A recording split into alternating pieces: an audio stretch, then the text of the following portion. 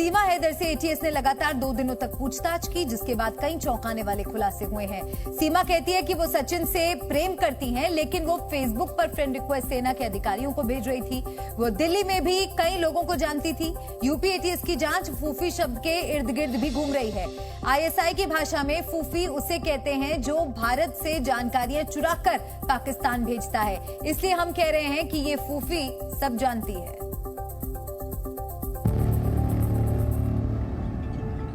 पाकिस्तान की सीमा हैदर की कहानी में संदिग्ध गतिविधियों और सवालों की कोई सीमा ही नहीं है।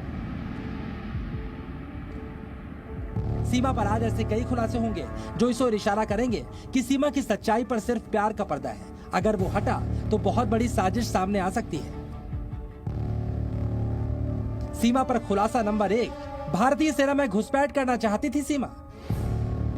सीमा कहने को सचिन से प्यार करती है, लेकिन उसका मकसद क्या सेना और भारत से जुड़ी खुफिया जानकारी हासिल करने का था?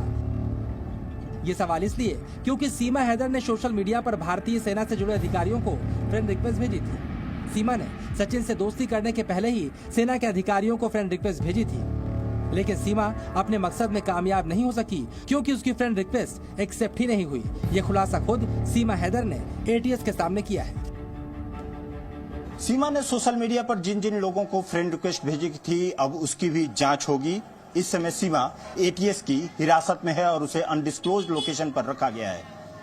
इसके पहले 17 जुलाई को 6 घंटे और 18 जुलाई को 8 घंटे सीमा से एटीएस ने पूछताछ करके सच्चाई जानने की कोशिश की है।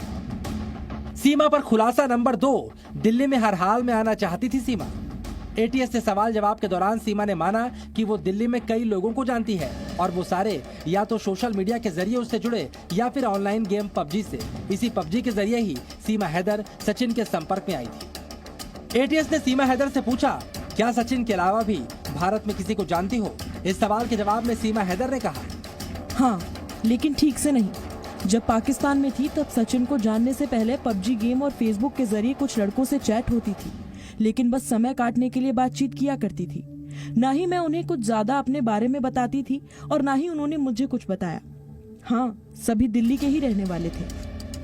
दिल्ली के लोगों से सीमा सोशल मीडिया से जुड़ी हुई है। हो सकता है उसकी मंशा हो वो किसी भी तरह दिल्ली आ जाए और सचिन के जरिए वो अपने मकसद में कामयाब हो गए। पाकिस्तानी जासूस या संदिग्ध क्या लग रहा है? नहीं, अभी इतनी जल्दी ये मामला 2 राष्ट्रों के बीच जुड़ा हुआ है। इसमें जब तक पर्याप्त साक्ष्य नहीं मिल जाते कुछ भी कहना उचित नहीं। सीमा पर खुलासा नंबर 3, आईएसआई की फूफी है सीमा। यूपी एटीएस ने सीमा से यह भी पूछा, क्या कभी फूफी और फल कोडवर्ड का इस्तेमाल किया? इस सवाल के जवाब में सीमा ने कहा, नहीं, कभी नहीं किया। दरअसल आईएसआई में फूफी उस शख्स को कहा जाता है जो किसी देश से जुड़ी जानकारियां आईएसआई तक भेजता है, जबकि फल वर्ड रुपए या पैसे के लिए इस्तेमाल किया जाता है। लेकिन एटीएस के साथ साथ देश की खुफिया एजेंसी को सीमा की किसी भी दलील और जवाब पर यकीन नहीं, और यकीन नहीं होने के पीछे कई पुख्ता प्रमाण हैं। उन्हीं में से एक प्रमाण है सीमा हैदर के संदिग्ध पाकिस्तानी रिश्तेदार।